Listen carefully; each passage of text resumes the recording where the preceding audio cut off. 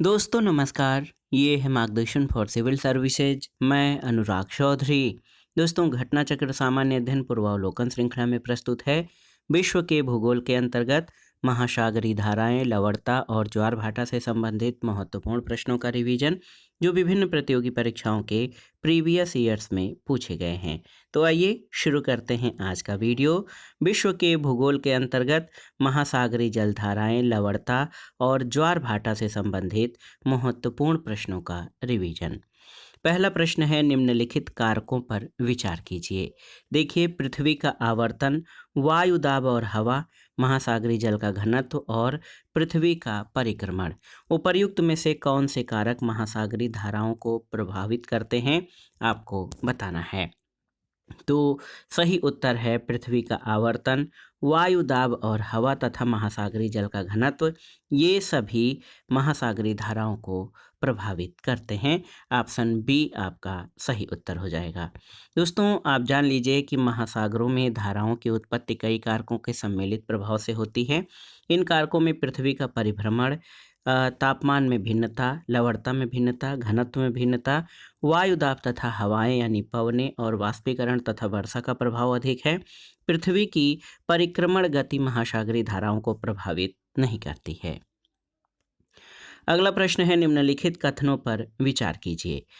4 कथन यहाँ पर दिए गए हैं, इनमें से आपको बताना है कि कौन से कथन सही हैं। पहला है, महासागरीय धाराएं महासागर में जल का मंद भूपृष्ठ संचलन होती हैं, बिल्कुल सही है। महासागरीय धाराएं पृथ्वी का ताप संतुलन बनाने में सहायक होती हैं, बिल्कुल सही है। महासागरीय धाराएं मुख्यतः सनातन पवनों द्वारा चलायमान होती हैं, सही है। और महासागरीय धाराएं महासागर संरोपण द्वारा प्रभावित होती हैं, बिल्कुल सही है। सभी कथन आपके सही हैं, चारों, 1 2 3 4 सभी सही हैं। इसकी व्याख्या देख लीजिए कि महासागरों के जल के एक निश्चित दिशा में प्रवाहित होने को की गति को महासागरीय धारा कहते हैं। दोस्तों अधिकांश धाराएं सनातनी या जो अस्थायी पवन वेग से प्रेरित होकर आगे बढ़ती हैं। धाराओं की गति और सीमा निश्चित नहीं होती, सामान्यतः गतिमंद होती है और सतह का केवल भूपृष्ठ जल ही गतिशील रहता है। कथन 1 और 3 आपके सही हो जाएंगे। तापमान की महासागरीय धाराओं में जो इनके संचलन की भूमिका होती है, क्योंकि विषुवत-रेखीय जलधारा तापमान से ही प्रेरित होती है। कुछ शीत क्षेत्रों में गर्म जलधाराओं जैसे गल्फ स्ट्रीम का और कुछ ग्रीष्म क्षेत्रों में ठंडी जलधाराओं जैसे भेंगुला धारा की ताप संतुलन बनाए रखने में महत्वपूर्ण भूमिका होती है। कथन 2 भी सही है। और महासागरीय धाराएं प्रचलित पवनें और पृथ्वी की परिभ्रमण गति के अतिरिक्त महासागरीय संरोपण द्वारा भी प्रभावित होती हैं। इनमें तट की दिशा और आकार तथा महासागरीय स्थलाकृतियां सर्वाधिक महत्वपूर्ण है, इसलिए कथन 4 भी आपका सही हो जाएगा। तो ये सभी कथन महासागरीय धाराओं के बारे में सही हैं। अगला प्रश्न है, हिंद महासागर में सागर धाराओं की नियमित दिशा में परिवर्तन के लिए निम्नलिखित कारकों में से कौन सा एक उत्तरदायी है। तो सही उत्तर, हिंद महासागर में मानसूनी प्रवाह पाया जाता है। दोस्तों हिंद महासागर की धाराओं में प्रशांत और अटलांटिक महासागरीय धाराओं का क्रम कुछ परिवर्तन के साथ पाया जाता है। हिंद महासागर की धाराओं पर स्थलमंडल और मानसूनी हवाओं का पर्याप्त प्रभाव है। उत्तरी हिंद महासागर में उत्तर पूर्व तथा दक्षिणी पश्चिमी मानसूनी हवाओं के कारण धाराओं की दिशा में वर्ष में 2 बार परिवर्तन होता है, जबकि हिंद महासागर में धाराओं का एक निश्चित क्रम पाया जाता है। ऑप्शन बी आपका सही उत्तर है। अगला प्रश्न है, अगुलहास धारा चलती है कहाँ पर। तो उत्तर है, अगुलहास धारा हिंद महासागर में प्रवाहित होती है और अगुलहास जो है हिंद महासागर में प्रवाहित होने वाली गर्म जलधारा है। तो याद रखिएगा, अगुलहास धारा दक्षिणी हिंद महासागर में प्रवाहित होने वाली गर्म जलधारा है। अगला प्रश्न देखिए, अगले प्रश्न पर आते हैं। महत्वपूर्ण प्रश्न है कि निम्नलिखित में से कौन सा महासागरीय धारा हिंद महासागर से संबंधित है। ऑप्शन है फ्लोरिडा, कनारी, अगुलहास या क्यूराइल। तो सही उत्तर ऑप्शन सी, अगुलहास जलधारा। अगुलहास जलधारा हिंद महासागर में प्रवाहित होने वाली गर्म जलधारा है। अगला प्रश्न है, अधोलिखित में से कौन शीत महासागर धारा नहीं है, आपको बताना है। कनारीज, कनारीज, हम्बोल्ट, आयोशियो और अगुल्हास। तो सही उत्तर अगुल्हास ठंडी नहीं बल्कि गर्म जलधारा है। कनारी, हम्बोल्ट और आयोशियो ये ठंडी जलधाराएं हैं। अगला प्रश्न है, उत्तरी अटलांटिक प्रवाह द्वारा सर्वाधिक लाभान्वित होने वाला देश कौन सा है? पोलैंड, पुर्तगाल, नॉर्वे या नाइजीरिया? तो सही उत्तर है नॉर्वे, ऑप्शन सी। दोस्तों, उत्तरी अटलांटिक प्रवाह की उत्पत्ति 45 डिग्री उत्तरी अक्षांश और 45 डिग्री पश्चिमी देशांतर के पास से होती है। ये गल्फ स्ट्रीम धारा के जल को यूरोप तक पहुंचाती है, जहां उपध्रुवीय क्षेत्र में स्थित नॉर्वे को इससे सर्वाधिक लाभ पहुंचता है। अगला प्रश्न है, निम्नलिखित में से कौन सी दक्षिण अटलांटिक महासागर की शीतल धारा है? ऑप्शन है कनारी, बेंगुला, अगुल्हास या ब्राजील? तो सही उत्तर है बेंगुला धारा। दोस्तों, दक्षिणी अटलांटिक महासागर में शीतल धारा बेंगुला धारा है। ये दक्षिण अफ्रीका के पश्चिमी तट के सहारे उत्तर दिशा में प्रवाहित होती है। अगला प्रश्न है, निम्नलिखित समुद्री धाराओं में से कौन हिंद महासागर की धारा नहीं है? अगुल्हास धारा, मोजाम्बिक धारा, दक्षिणी हिंद महासागरी धारा या बेंगुला धारा? तो आप जान लीजिए कि बेंगुला धारा, ऑप्शन डी। दोस्तों, बेंगुला धारा ठंडी धारा है जो दक्षिण अटलांटिक महासागर के पूरब और अफ्रीका महाद्वीप के पश्चिमी तट के किनारे प्रवाहित होती है। अफ्रीका के पश्चिमी किनारे पर स्थित बेंगुला या अंगोला नामक स्थान के नाम पर इस धारा को बेंगुला धारा कहा जाता है। बेंगुला गर्म नहीं बल्कि ठंडी जलधारा है। अगला प्रश्न है, कौन सी धारा दक्षिण अटलांटिक महासागर में धाराओं के एक पूर्ण वृत्त के निर्माण में योगदान नहीं देती? बेंगुला, ब्राजील, कनारी या पश्चिमी पवन प्रवाह? तो सही उत्तर कनारी धारा। दोस्तों, कनारी धारा का संबंध दक्षिणी अटलांटिक महासागर की धाराओं के पूर्ण वृत्त से नहीं है। ये उत्तरी अटलांटिक महासागर में प्रवाहित होने वाली ठंडी जलधारा है। अगला प्रश्न है, निम्नांकित में से कौन सी जलधारा उत्तरी अटलांटिक महासागर में प्रवाहित नहीं होती? गल्फ स्ट्रीम, बेंगुला, नॉर्वेजियन या फ्लोरिडा? तो सही उत्तर है बेंगुला धारा। याद रखिएगा, बेंगुला जो है ये दक्षिणी अटलांटिक महासागर की ठंडी जलधारा है, न कि उत्तरी अटलांटिक महासागर। दोस्तों, गल्फ स्ट्रीम, नॉर्वेजियन धारा और फ्लोरिडा धारा ये उत्तरी अटलांटिक महासागर की गर्म जलधाराएं हैं। अगला प्रश्न है, जो महासागरी धारा शेष तीन से भिन्न है वो कौन सी है? बेंगुला, ब्राजीलियन, दक्षिणी भूमध्य रेखी या पेरुवियन? तो सही उत्तर ऑप्शन डी, पेरुवियन। दोस्तों, पेरुवियन धारा को छोड़कर शेष तीन धाराओं का संबंध दक्षिणी अटलांटिक महासागर से है, जो एक वृत्त का निर्माण करती हैं, जबकि पेरुवियन धारा ये दक्षिणी पूर्वी प्रशांत महासागर से संबंधित है। और आप जान लीजिए कि पेरुवियन धारा को हम्बोल्ट धारा भी कहते हैं। ये दक्षिणी अमेरिका महाद्वीप के पश्चिमी तट के सहारे दक्षिण से उत्तर की ओर प्रवाहित होने वाली ठंडी जलधारा है। अगला प्रश्न है, निम्नलिखित में से कौन सी शीत धारा है? आपको बताना है। पेरुवियन, क्यूरोशियो, गल्फ स्ट्रीम और ब्राजील? तो सही उत्तर पेरुवियन यानी हम्बोल्ट जलधारा। आप जानते हैं पेरुवियन धारा या हम्बोल्ट धारा ये दक्षिणी पूर्वी प्रशांत महासागर में जो है चलने वाली ठंडी जलधारा है। अगला प्रश्न है, निम्नांकित में किसका सुमेलन नहीं है? ब्राजील धारा दक्षिणी अटलांटिक महासागर, बिल्कुल सही। हम्बोल्ट धारा उत्तरी प्रशांत महासागर, गलत। गल्फ स्ट्रीम उत्तरी अटलांटिक महासागर और अगुल्हास हिंद महासागर? तो आप जान लीजिए कि हम्बोल्ट धारा उत्तरी प्रशांत महासागर में नहीं चलती है। आप जान लीजिए हम्बोल्ट धारा दक्षिणी पूर्वी प्रशांत ये जो हम्बोल्ट धारा है, आप जान लीजिए कि पेरुवियन धारा या हम्बोल्ट धारा दक्षिणी अमेरिका महाद्वीप के पश्चिमी तट के सहारे दक्षिण से उत्तर की ओर प्रवाहित होने वाली ठंडी जलधारा है। तो बहुत ही महत्वपूर्ण है। पेरुवियन धारा या हम्बोल्ट धारा जो है ये दक्षिणी पूर्वी प्रशांत महासागर से संबंधित है, न कि उत्तर प्रशांत महासागर। अगला प्रश्न है, गल्फ स्ट्रीम है तो सही उत्तर गल्फ स्ट्रीम दोस्तों एक महासागरीय धारा है। ऑप्शन बी आपका सही उत्तर है। फ्लोरिडा की धारा जब एंटलीस धारा का जल समाविष्ट कर हेटरस अंतरीप से आगे बढ़ती है तो वो गल्फ स्ट्रीम के नाम से जानी जाती है।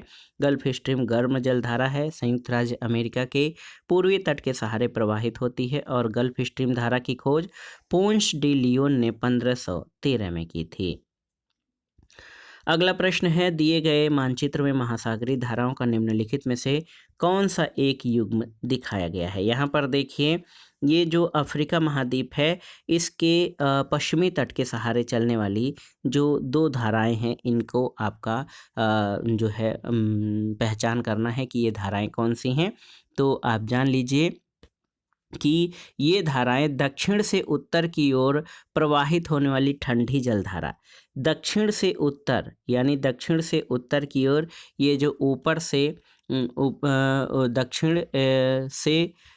दक्षिण से उत्तर की ओर, यहाँ पर आप देखिए दक्षिण से उत्तर की ओर जो प्रवाहित होने वाली धारा है ये बेंगुला धारा, और उत्तर से दक्षिण की ओर प्रवाहित होने वाली जो धारा है वो गिनी धारा है।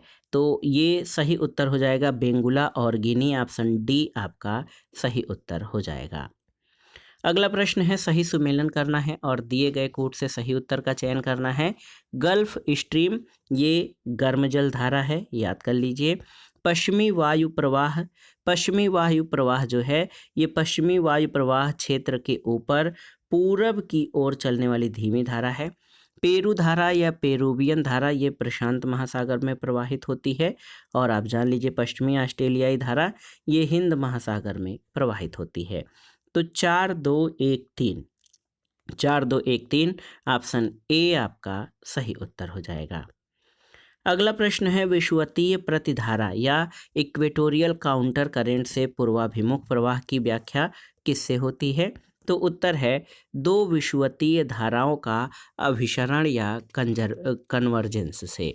आप जान लीजिए बहुत ही महत्वपूर्ण प्रश्न है। उत्तरी और दक्षिणी विषुवत रेखीय धाराओं के अभिसरण यानी कन्वर्जेंस के कारण इतनी अधिक जलराशि एकत्र हो जाती है कि पश्चिम से पूर्व की ओर सामान्य ढाल बन जाता है। इसलिए अटलांटिक महासागर में अफ्रीकी तट के पास और प्रशांत महासागर में दक्षिण अमेरिका तट के पास जलराशि की पूर्ति के लिए क्षतिपूर्ति धारा के रूप में प्रतिविषुवत रेखीय धारा का आविर्भाव हो जाता है। अगला प्रश्न है, निम्न महासागरीय धाराओं में से कौन सी प्रशांत महासागर से संबंधित नहीं है। कनारी, क्यूरेशियो, कैलिफोर्निया या फिर हम्बोल्ट। तो सही उत्तर कनारी जलधारा। दोस्तों कनारी ठंडी महासागरीय धारा है जो उत्तरी अटलांटिक महासागर से संबंधित है, जबकि क्यूरेशियो जो है गर्म जलधारा उत्तरी प्रशांत महासागर, कैलिफोर्निया ठंडी धारा उत्तरी प्रशांत महासागर, और हम्बोल्ट या पेरू ठंडी जलधारा ये दक्षिणी प्रशांत महासागर में प्रवाहित होती है। कनारी अटलांटिक महासागर से संबंधित है, न कि प्रशांत महासागर से। अगला प्रश्न है, निम्नलिखित में से कौन गर्म धारा है। फॉकलैंड, ब्राजील, लेब्राडोर या कनारी। तो सही उत्तर ब्राजील धारा। ब्राजील धारा एक गर्म जल धारा है जो दक्षिणी अटलांटिक महासागर में ब्राजील तट पर प्रवाहित होती है। फॉकलैंड धारा, लेब्राडोर धारा और कनारी ये सभी ठंडी जल धाराएं हैं। महासागरीय धाराओं के बाद आइए देखते हैं लवणता से संबंधित महत्वपूर्ण प्रश्नों को। दोस्तों प्रति इकाई सागरीय जल के भार या आयतन में घुले हुए पदार्थों के भार को सागरीय लवणता कहते हैं। सामान्य रूप से सागरीय लवणता को प्रति 1000 ग्राम जल में उपस्थित लवण की मात्रा के रूप में दर्शाया जाता है, और महासागर का वह क्षेत्र जहां गहराई के साथ लवणता तीव्र गति से बढ़ती हो हेलोक्लाइन कहा जाता है। सागरीय लवणता को नियंत्रित और प्रभावित करने वाले कारकों में जो है मुख्य स्रोत भूमि है, नदियां लवणता को सागर तक पहुंचाने वाले कारक हैं। इसके अलावा वाष्पीकरण, पवन, नदी जल, वर्षा, सागरीय धाराएं और ज्वालामुखी ये सागरीय लवणता को प्रभावित करने वाले प्रमुख कारक हैं। अब आइए प्रश्नों पे। प्रश्न है कि कौन जल लवणता प्रवणता को दर्शाता है। आपको बताना है कि कौन जल लवणता प्रवणता को दर्शाता है। ऑप्शन है थर्मोक्लाइन, हेलोक्लाइन, पाइनोक्लाइन या केमोक्लाइन? तो सही उत्तर हेलोक्लाइन। दोस्तों, महासागर का वह क्षेत्र जहां गहराई के साथ लवणता में तीव्र वृद्धि या तीव्र गति से बढ़ती हो, वो हेलोक्लाइन कहलाता है। अगला प्रश्न है, सागरी लवणता का मुख्य स्रोत क्या है? नदियां, भूमि, पवन या ज्वालामुखी से निःसृत राख? तो सही उत्तर भूमि हो जाएगा, ऑप्शन बी। सागरी लवणता का मुख्य स्रोत भूमि है, जबकि नदियां लवणता को सागर तक पहुंचाने वाले कारकों में से प्रमुख हैं। अगला प्रश्न है, सागरी जल की लवणता में किसका अधिकतम योगदान होता है? तो सागरी जल की लवणता में सबसे अधिक योगदान सोडियम क्लोराइड का होता है, ऑप्शन डी आपका सही उत्तर है।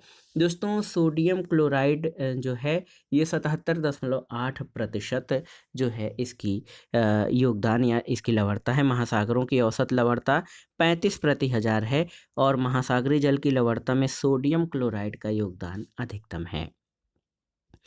अगला प्रश्न है, उच्चतम लवणता पाई जाती है मृत सागर में, लाल सागर में, महान साल्ट लेक में या वान झील तुर्की में? तो सही उत्तर क्या हो जाएगा? वान झील तुर्की, ऑप्शन डी।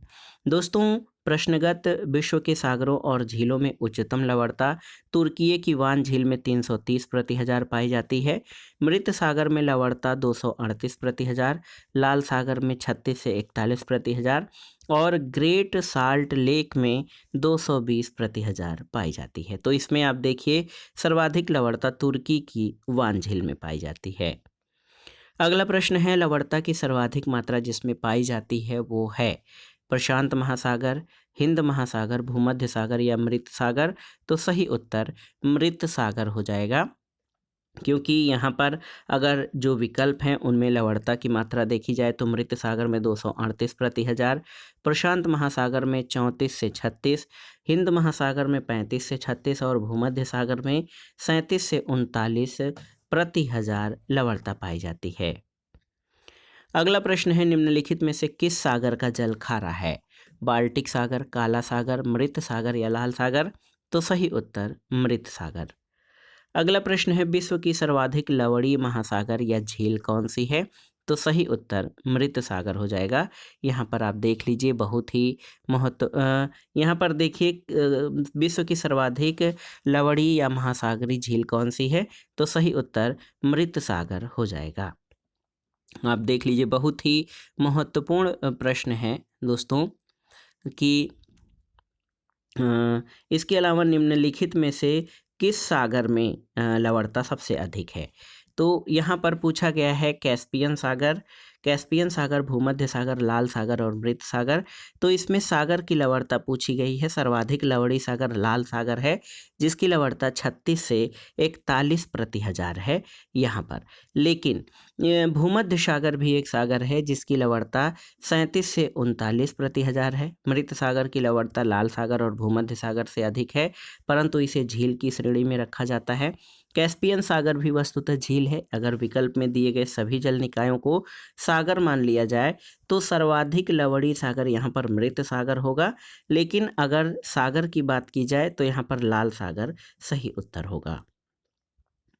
अगला प्रश्न है, समुद्र में घनत्व बढ़ता है तो ऐसे में क्या होता है? आपको बताना है, बहुत ही महत्वपूर्ण है। तो दोस्तों, यदि समुद्र में जल का घनत्व बढ़ता है तो ये लवणता में वृद्धि का सूचक होता है। तो लवणता इसमें अगर देखा जाए तो कोई भी विकल्प बहुत ही एग्जैक्ट नहीं है। इसकी व्याख्या आप देख लीजिए कि यदि समुद्र में जल का घनत्व बढ़ता है तो ये लवणता में वृद्धि का सूचक है, यानी सागरीय लवणता में वृद्धि के कारण जल का घनत्व बढ़ता है। लवणता का वितरण क्षैतिज और लंबवत दो भागों में विभाजित किया जाता है। महासागरों में लंबवत लवणता के विषय में किसी निश्चित नियम का प्रतिपादन अभी तक नहीं किया जा सका है। कहीं पर लवणता गहराई के साथ घटती है तो कहीं पर बढ़ती है। यदि घनत्व के संदर्भ में लवणता और गहराई को स्वतंत्र रूप से विचार किया जाए तो घनत्व बढ़ने पर लवणता बढ़ती है और गहरे सागरों में गहराई बढ़ने पर घनत्व में मामूली वृद्धि होती है। तो सही उत्तर लवणता और गहराई दोनों बढ़ती है, यहाँ पर ऑप्शन सी को सही माना जा सकता है। अगला प्रश्न है, ग्रेट साल्ट लेक कहाँ पर स्थित है? तो उत्तर है संयुक्त राज्य अमेरिका में। ग्रेट साल्ट झील संयुक्त राज्य अमेरिका के उटाह राज्य में अवस्थित है। इसकी लवणता 220/1000 है। अगला प्रश्न है दोस्तों, अरब सागर के पानी का औसतन खारापन कितना है? तो सही उत्तर 35 पीपीटी। दोस्तों हिंद महासागर में 0 से 10 डिग्री अक्षांशों के मध्य 35.14 प्रति हजार लवणता पाई जाती है, लेकिन बंगाल की खाड़ी में ये घटकर 30 प्रति हजार हो जाती है। वहीं अरब सागर में 36 प्रति हजार लवणता पाई जाती है। चूंकि विकल्प में 35 पीपीटी जो है दिया गया है, तो सही उत्तर ऑप्शन बी हो जाएगा। अगला प्रश्न है, निम्नलिखित सागरों में किसमें औसत लवणता सर्वाधिक है? आपको बताना है। यहाँ पर देखिए, काला सागर, पीला सागर, भूमध्य सागर या मृत सागर। तो सही उत्तर है मृत सागर में। दोस्तों दिए गए विकल्पों में मृत सागर में सर्वाधिक लवणता 238 प्रति हजार पाई जाती है, और ध्रुवीय क्षेत्र के बाहर वैश्विक स्तर पर सर्वाधिक लवणता असल झील जिबूती में पाई जाती है। उसके बाद तुर्की की वान झील और मृत सागर का स्थान है। तो यहाँ पर देख लीजिए, सबसे अधिक लवणता असल झील जिबूती की, उसके बाद तुर्की की वान झील और तीसरे नंबर पर मृत सागर आता है लवणता के मामले में। अब आइए लवणता के बाद ज्वार भाटा से संबंधित महत्वपूर्ण तथ्यों को देख लेते हैं। दोस्तों सूर्य और चंद्रमा की आकर्षण शक्तियों के कारण सागरी जल के ऊपर उठने और गिरने को ज्वार भाटा कहा जाता है।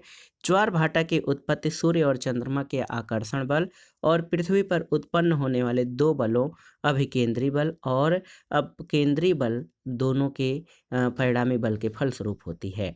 पृथ्वी का जो गोलार्ध चंद्रमा के सम्मुख पड़ता है, वहाँ चंद्रमा का आकर्षण बल पृथ्वी के केंद्रोपसारित बल की अपेक्षा अधिक मात्रा में होता है, तो उच्च ज्वार होता है। दूसरी ओर पृथ्वी का जो गोलार्ध चंद्रमा के विमुख होता है, वो केंद्रोपसारित बल का परिणाम चंद्रमा के आकर्षण बल से अधिक होता है, इसलिए वहाँ पर उच्च ज्वार, अप्रत्यक्ष ज्वार का अनुभव किया जाता है।